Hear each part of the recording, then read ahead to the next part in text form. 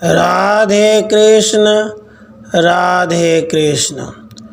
राजा विदुरथ की मृत्यु, संसार की असत्यता और द्वितीय लीला की वासना रूपता का वर्णन, लीला के गमन मार्ग और स्वामी पद्म की प्राप्ति का कथन, पदार्थों की नियति, मरण कर्म, भोग और कर्म, गुण और आचार के अनुसार आयु के मान का वर्णन, आदि सृष्टि से लेकर जीव की विचित्र गतियों तथा ईश्वर की स्थिति का निरूपण। श्री वशिष्ठ जी कहते हैं, श्री राम इसी बीच में मूर्छित होकर सामने पड़े हुए अपने स्वामी को, जिनका श्वास मात्र ही अवशेष रह गया था, देखकर लीला ने सरस्वती से कहा, अंबिके, ये मेरे पतिदेव अब यहाँ अपनी देह का उत्सर्ग करने के लिए उद्यत हैं। श्री सरस्वती जी ने कहा, लीले, इस प्रकार महान उद्योग से परिपूर्ण, राष्ट्र विप्लवकारी और परम विचित्र व्यवसायों से युक्त इस संग्राम के आरंभ होने, चलने और समाप्त होने पर यह राष्ट्र अथवा भूतल न तो कहीं कुछ भी उत्पन्न हुआ और नष्ट ही हुआ है, क्योंकि यह जगत तो स्वप्नात्मक है। अनघे, पूर्वोक्त गिरिग्राम निवासी ब्राह्मण के घर के भीतर स्थित राजा पद्म के शव के निकटवर्ती आकाश में वर्तमान अंतःपुर के भीतर तुम्हारे पति का यह भूतल रूप राष्ट्र प्रतीत हो रहा है। पुनः विंध्य आद्रि के ग्राम में वशिष्ठ नामक ब्राह्मण के घर के अंदर यह राष्ट्र सहित ब्रह्मांड स्थित है।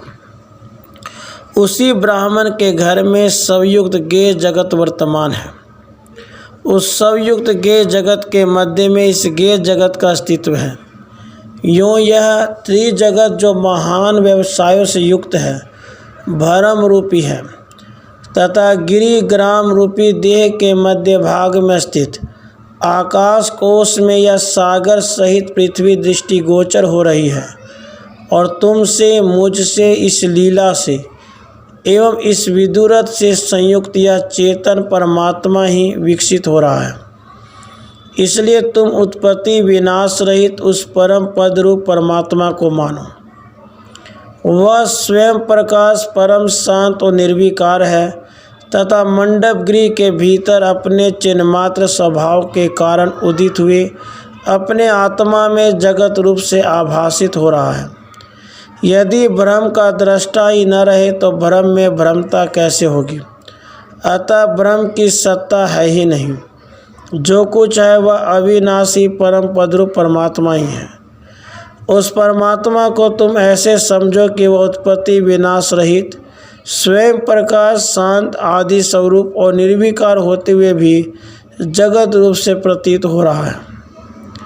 स्वप्न अवस्था में देह के अंदर देखे गए महापुर की भांति मेरु आदि पर्वत समुदाय द्वारा उपलक्षित यह सारा दृश्य वर्ग शून्यात्म स्वरूप ज्ञान मात्र ही है। इसमें स्थूल रूपता कुछ भी नहीं है। सुबह यह राजा पद्म जिस लोक में सौ रूप से वर्तमान है, तुम्हारी यह सपत्नी लीला वहाँ पहले ही पहुँच गई है। यह लीला तुम्हारे समक्ष जो ही मूर्छित हुई, त्यों ही तुम्हारे पति राजा पद्म के शव के निकट जा पहुँची है। लीला ने पूछा, देवी, यह पहले ही वहाँ पहुँचकर देहधारिणी कैसे हो गई? इसके मेरे सपत्नी भाव को प्राप्त होने में क्या कारण है? तथा राजा पद्म के उस उत्तम राजमहल के जो निवासी हैं वे इसे किस रूप में देखते हैं और इसे क्या कहते हैं, यह सब मुझे संक्षेप से बतलाइए। श्री देवी जी ने कहा, लीले, तुमने मुझसे जैसा प्रश्न किया है उसी अनुसार मैं सारी घटना तुमसे संक्षेप में वर्णन करती हूँ, सुनो। यह दूसरी लीला के रूप में वर्तमान तुम्हारा ही वर्तमान है, जो तुम्हारी शंकाओं का निर्णायक है। इससे मरण, परलोक गमन आदि भी जिनका प्रत्यक्षीकरण होना कठिन है, तुम्हारे दृष्टिगोचर हो जाएंगे। यह जो नगर आदि रूप से दृष्टिगोचर होने वाला जगन में भ्रम है, उस अत्यंत विस्तृत भ्रम को तुम्हारा पति या राजा पद उसी संयुक्त ग्रह में देखता है। यहाँ तक कि यह सामने घटित हुआ युद्ध भ्रम युद्ध है। यह लीला भी भ्रांति स्वरूप ही है। यह जन समुदाय जन्म आदि रहित आत्मा है। यहाँ की मृत्यु भी भ्रांति से ही दिख पड़ती है। इस समय यह संसार, इस प्रकार यह सारा संसार भ्रमात्मक है। इसी भ्रम क्रम से लीला उस राजा पद्म की प्रेयसी भार्या हुई है। वरारोहे, तुम और यह दोनों सुंदरियां भी स्वप्न मात्री हो। जिस प्रकार इस राजा के तुम दोनों सुंदरी प्रियतमाएं स्वप्न मात्र हो, उसी तरह तुम दोनों का पति या राजा और स्वयं मैं भी स्वप्न मात्र हूँ। इसी तरह जगत की यह सारी शोभा भी भ्रमपूर्ण है और यहाँ का दृश्य वर्ग ब्रह्मात्र कहा जाता है। इसी तरह यह लीला, तुम, यह सारी संसार स्थिति, यह राजा पद्म और मैं, यह सब के सब परमात्मा के सर्वव्यापक होने के कारण उसी परमात्मा में सत्य रूप से स्थित है। अतः महाचिदघन की स्थिति के सर्वात्मक होने के कारण यह राजा आदि और हम लोग यहाँ परस्पर एक दूसरे के द्वारा प्रेरित होने के कारण इस रूप में परिणत हो गए हैं। जब इस लीला के लिए पद्म की मनोवासना जागृत हुई, उसी समय यह तुम्हारे सरीखे आकार प्रकार धारण करके चैतन्य रूप चमत्कार में प्रकट हो गई तथा तुम्हारे पतिदेव ने अपने मृत्यु के बाद शीघ्र इसे अपने सामने उपस्थित देखा। क्योंकि जिस समय चित्त वासना अभ्यास वश आदि भौतिक पदार्थों का स्वयं अनुभव करता है, उस समय उस अनुभव के कारण उसे यह दृश्य वर्ग सत्य सा प्रतीत होता है। वस्तुतः यह मिथ्या मात्र, कल्पना मात्र ही। परंतु जब चित्त इस भौतिक जगत के पदार्थों का सत्य रूप से अनुभव नहीं करता, अर्थात असत समझता, उस समय उसी के अनुरूप दृढ़ वासनावश उसके मिथ्यात्व का निर्णय हो जाता है। ये दोनों स्त्री पुरुष जब सौमरणाकुल मूर्छावस्था को प्राप्त हुए, उसी समय इन्होंने पूर्व वासना के जागृत हो जाने के कारण अपने हृदय में ऐसा अनुभव किया कि ये हमारे पिता है, ये हमारी माताएं हैं, यह हमारा देश है, यह धन संपत्ति, ये हमारा कर्म है। पूर्व जन्म में हमने ऐसा ही कर्म किया था, इस प्रकार हम दोनों का विवाह हुआ और इस रूप में हम दोनों एकता को प्राप्त हुए। इनका वह कल्पित जन समूह भी उसी अवस्था में सत्यता को प्राप्त हुआ। जैसे स्वप्नावस्था में देखा हुआ पदार्थ सत्य सा प्रतीत होता, उसी तरह यहाँ भी यह दृष्टांत है। लीले, इस लीला ने मैं विधवा न हूँ ऐसी भावना से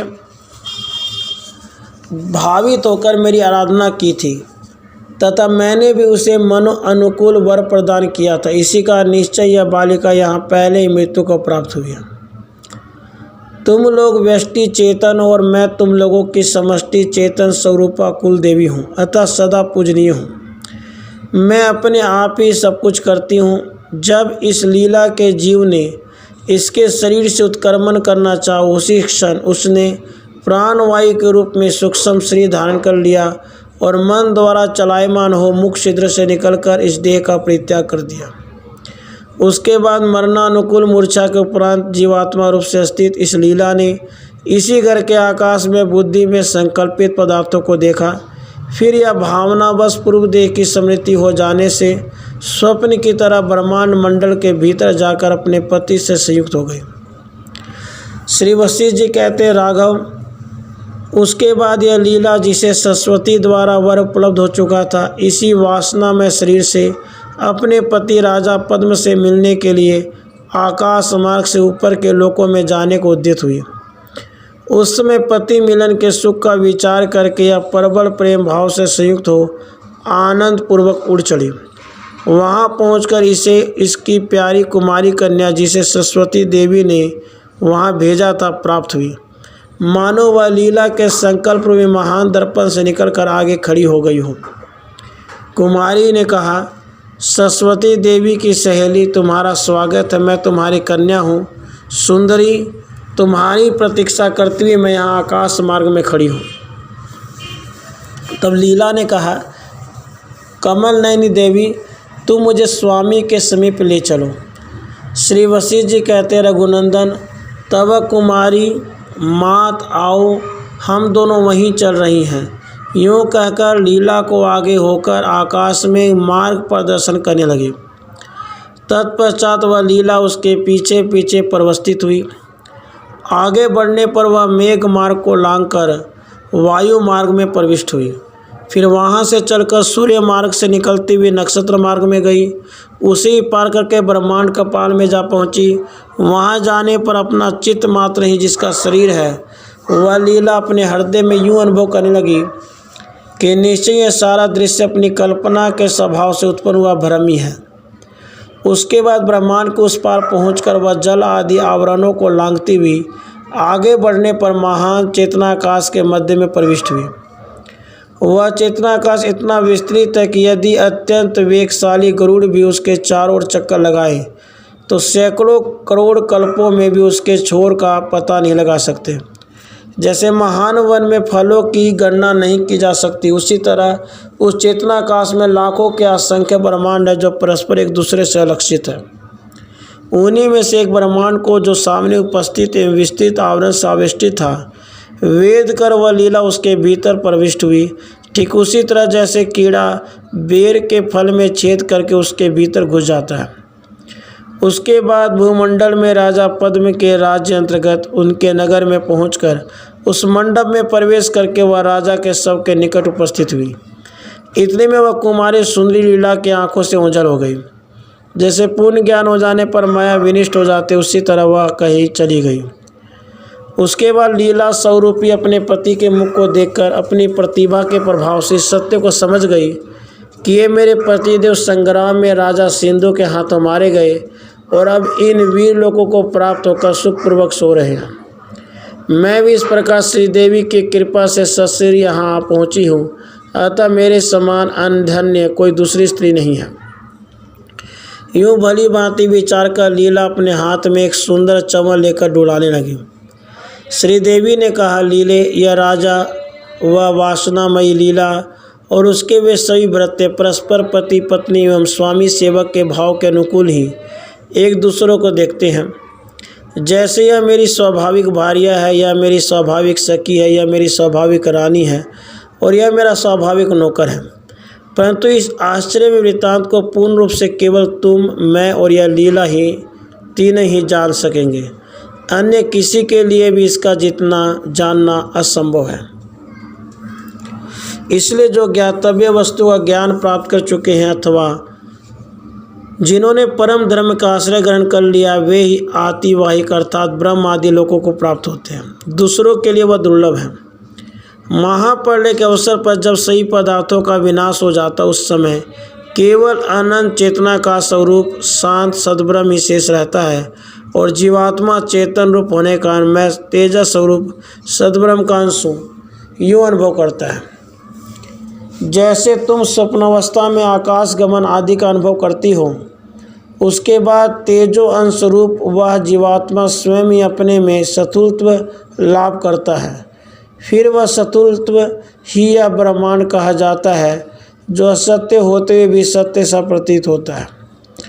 उस ब्रह्मांड के अंतर्गत स्थित वह ब्रह्म यूँ समझता है कि यह राजा मैं ही हूँ, यह प्रजा मैं ही हूँ, यह ब्रह्मा मैं ही हूँ।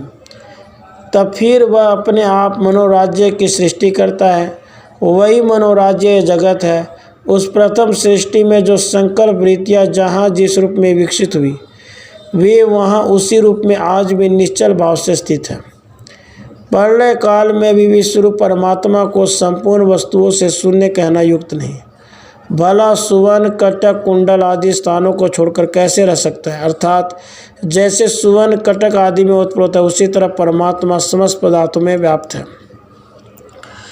यद्यपि पृथ्वी आदि दृश्य प्रपंच आकाश रूप है, फिर भी सृष्टि के आरंभ में जो यहाँ जिस रूप में विकसित हुआ, वह आज तक भी वहाँ उसी रूप में वर्तमान है। अपनी स्थिति से विचलित होने में समर्थ न हो सका।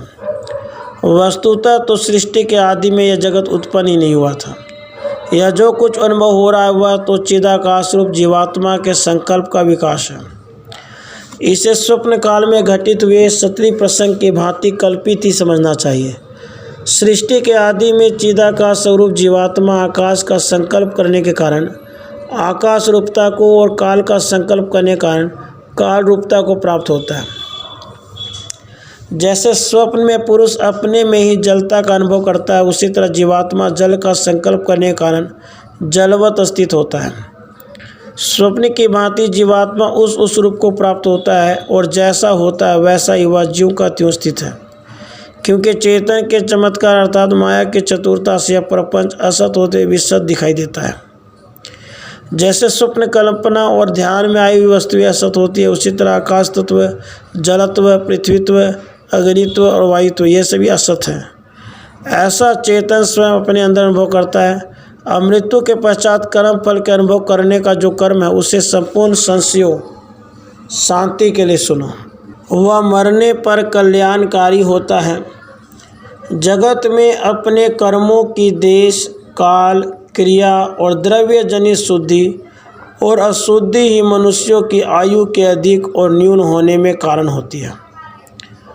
अपने कर्म रूप धर्म का ह्रास होने पर मनुष्य की आयु क्षीण हो जाती है और उस धर्म के बढ़ने पर आयु की वृद्धि होती है।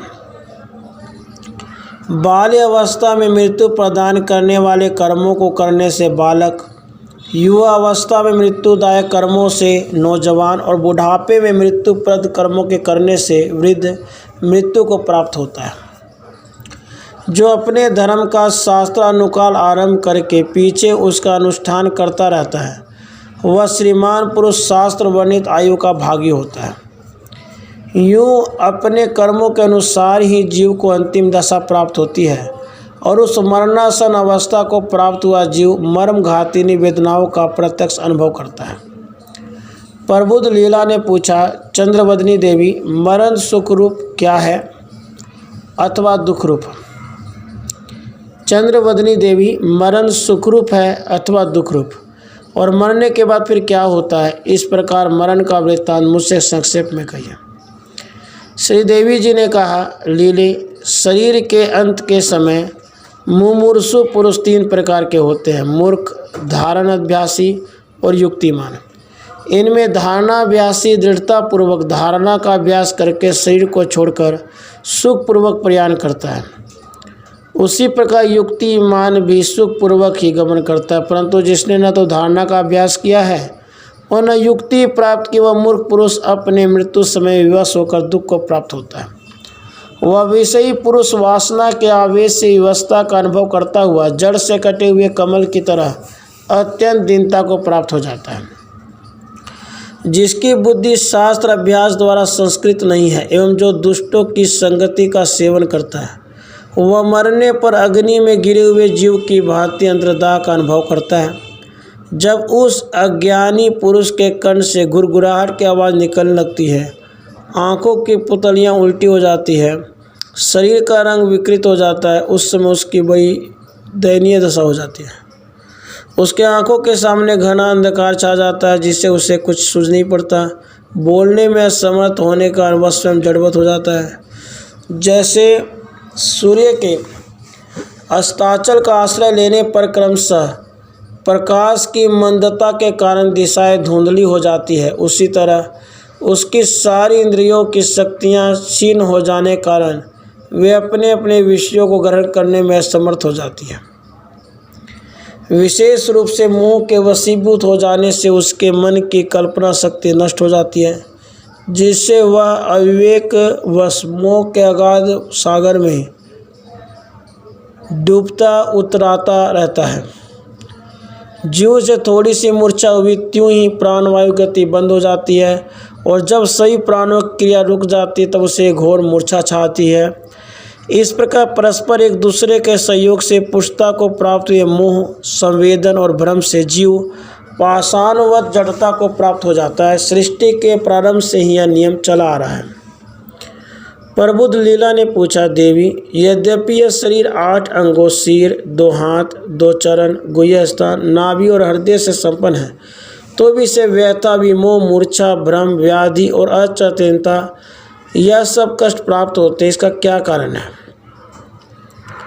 श्री देवी जी ने कहा, भद्रे, स्पंदन शक्ति संपन्न ईश्वर ने सृष्टि के आदि में ही सुख दुख आदि प्रारब्ध भोग रूप कर्म का इस रूप में विधान कर दिया है कि मंदस भूत जीव को उसकी आयु के इस समय में उसके कर्मानुसार इतने काल तक भोगने स्वयं इस प्रकार का सुख दुख प्राप्त होगा। जिस प्रकार नाड़ियों में प्रविष्ट हुई वायु बाहर नहीं निकलती और निकलती हुई उनमें प्रवेश नहीं करती, उस समय उसका स्पंदन रुक जाता है। तब नाड़ी शून्य हो जाने के कारण प्राणी की मृत्यु हो जाती है। जब वायु न प्रवेश करते न बाहर ही निकलते, तब शरीर में नाड़ियों के वियुक्त हो जाने के कारण लोग यूँ कहने लगे कि यह मर गया।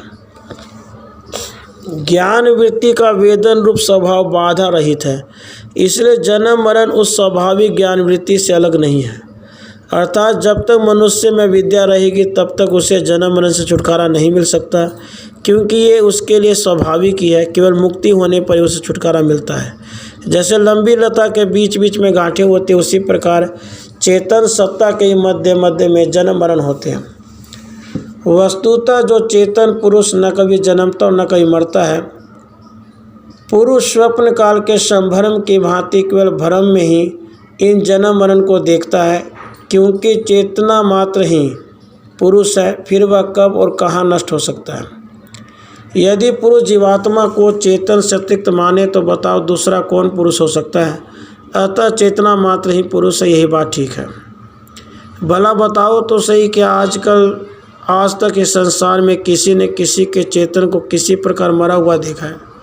अरे यह तो सरासर असंभव है, क्योंकि लाखों शरीर मरते देखे जाते हैं और चेतन अविनाशी बना रहता है। यूँ वास्तव में न तो कोई मरता है और न कोई जन्म लेता है। केवल जीव वासना रूपी आवर्त के गड्ढों में भी गोते लगाता रहता है। जगत भय से भीत होकर जीव जब अभ्यास द्वारा भ्रमवश प्रतीत होते हुए जगत प्रपंच को यह वास्तव में हुआ ही नहीं यूँ सम्यक रूप से समझ लेता है, तब वह पूर्णतया वासनाओं से रहित होकर विमुक्त हो जाता है। इस प्रकार विमुक्त आत्म स्वरूप ही यहाँ सत्य वस्तु है, इससे अतिरिक्त सब असत है। प्रबुद्ध लीला ने पूछा, देवेशी, प्राणी जिस प्रकार मरता है और फिर वह पैदा होता है, उस प्रसंग को ज्ञान की वृद्धि के लिए आप पुनः मुझसे विस्तार पूर्वक वर्णन कीजिए। श्री देवी जी ने कहा, लीले, नाड़ियों की गति रुक जाने पर जब प्राणी प्राण वायु की विपरीत स्थिति को प्राप्त होता है, तब उसकी चेतना शांत सी हो जाती है। इसी को मरण कहते हैं। वास्तव में चेतन सर्वथा शुद्ध और नित्य है। उसकी न तो उत्पत्ति होती है और न उसका विनाश ही होता है। वह स्थावर जंगम आकाश पर्वत अग्नि वायु सभी में स्थित है। केवल प्राण वायु की गति अवरुद्ध हो जाने से जब शरीर की चेष्टा पूर्ण रूप से शांत हो जाती है, तब यह शरीर, जिसका दूसरा नाम जड़ है, मृत कहा जाता है।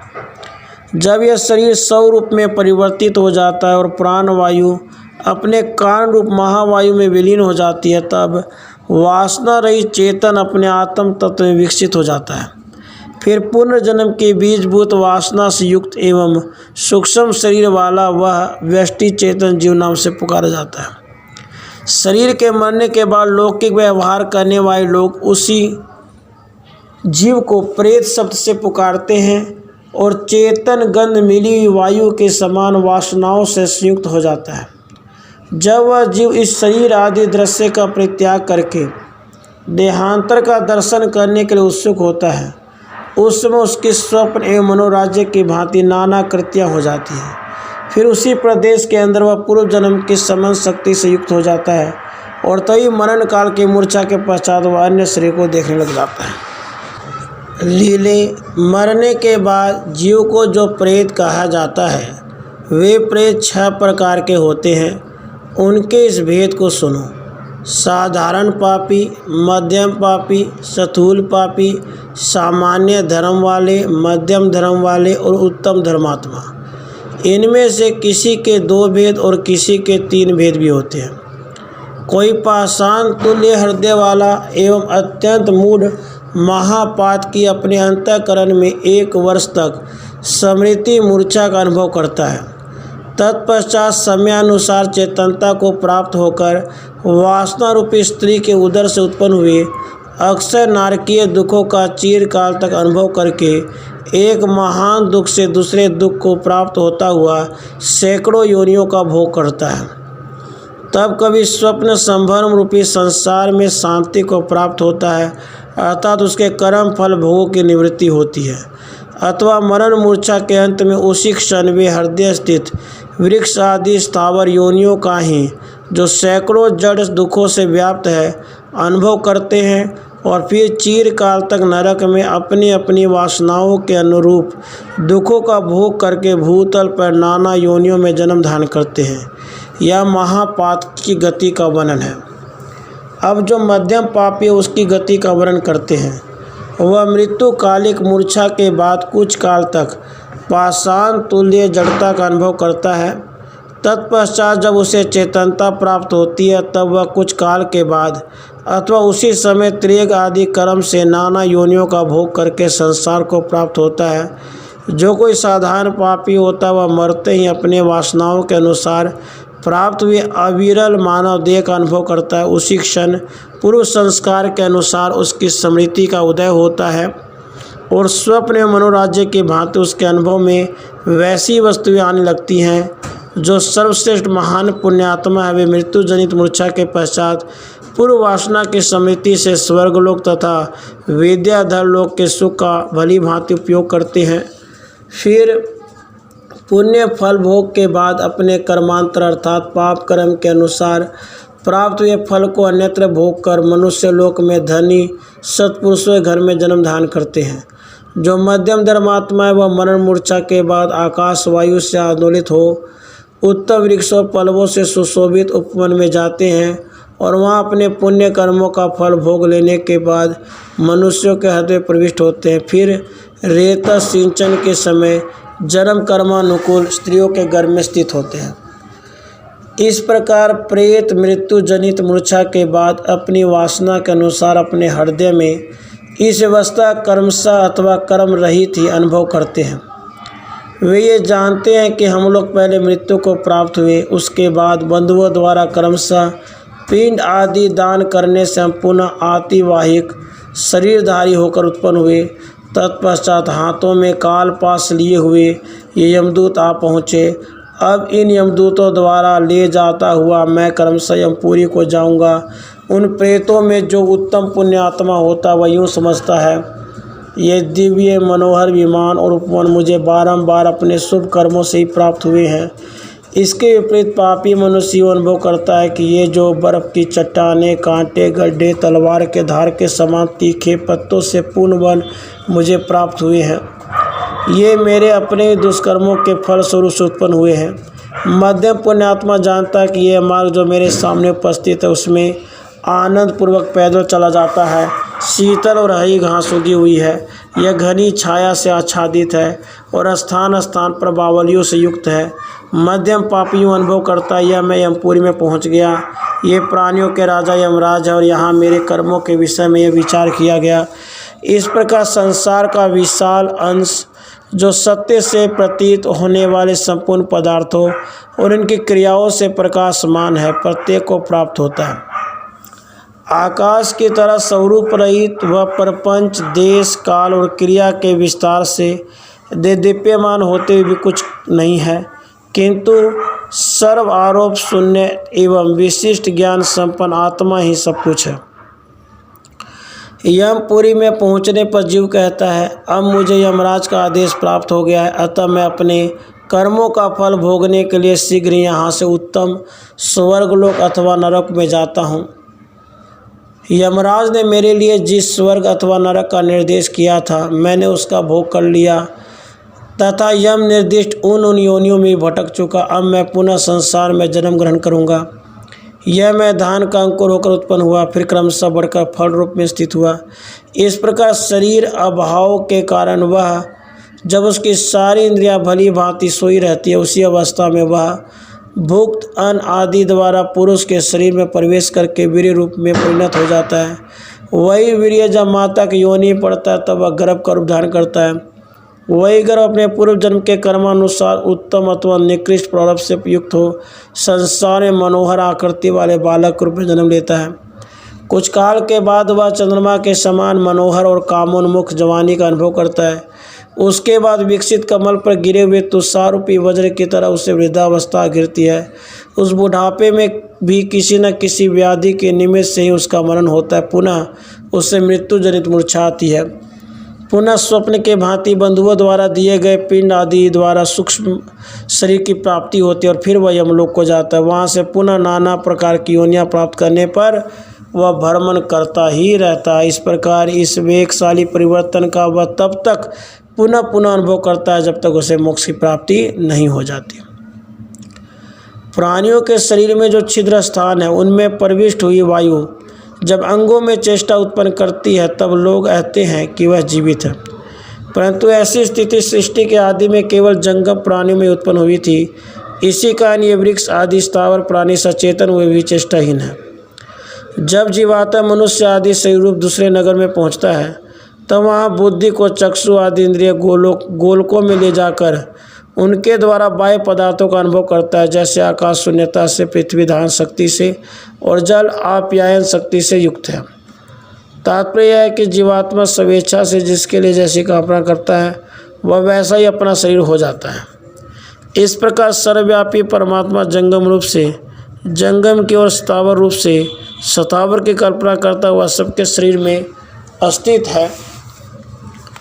इसलिए जो जंगम जगत है उसे उसने अपनी कल्पना के अनुसार जैसा समझा था वह आज भी उसी रूप में वर्तमान है।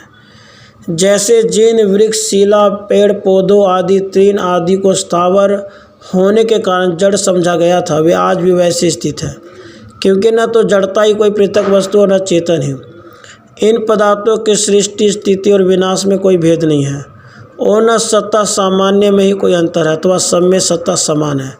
यथार्थ बात तो यह है कि वृक्षों और पर्वतों के अंदर जो उनकी जड़ता एवं नाम रूप आदि भेद परिलक्षित होते हैं वे जीवात्मा की बुद्धि द्वारा विहित है, वस्तुतः नहीं है।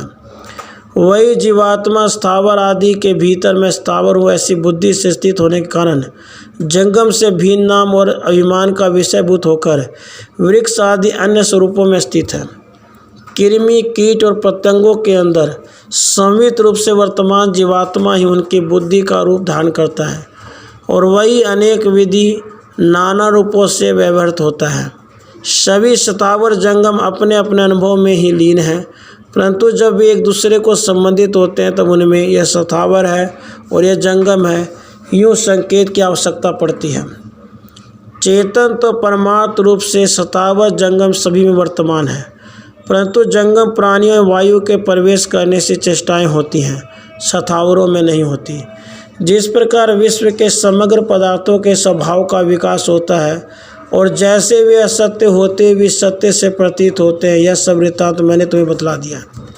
अब उधर देखो, ज्ञात होता है यह राजा विदुरथ मृत्यु को प्राप्त होकर तुम्हारे पति राजा पद्म के जो पुष्पमालाओं से आच्छादित शव के रूप में स्थित है हृदय अंतर्गत पद्मकोश से प्रवेश करने की इच्छा से जाना चाहता है।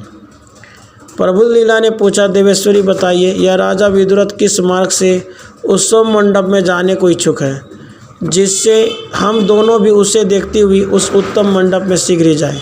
श्रीदेवी जी ने कहा, लीले, मैं दूरवर्ती दूसरे लोक को जाता हूँ। इस भावना से वह चिन्मयी जीवात्मा मनुष्य वासना के अंदर स्थित मार्ग का अवलंबन करके जाता है। यूँ तुम्हें जिस मार्ग से जाना अभिष्ट उसी मार्ग से हम दोनों जाती हैं, क्योंकि एक दूसरे की इच्छा का विघातन प्रेम बंधन का हेतु नहीं होता। श्री वशिष्ठ जी कहते हैं, राघव, इस प्रकार श्रेष्ठ राजा की कन्या लीला के विशुद्ध मन में जब परमार्थ दृष्टि रूपी पूर्वोक्त कथा के श्रवण से सारे संताप मिट गए तथा ज्ञान रूपी सूर्य का प्रसार हो गया, तब राजा विदुरथ चित्त के विलुप्त हो जाने के कारण जड़ अर्थात मृत्युकालिक मूर्छा के वशीभूत हो गया। राधे कृष्ण, राधे कृष्ण।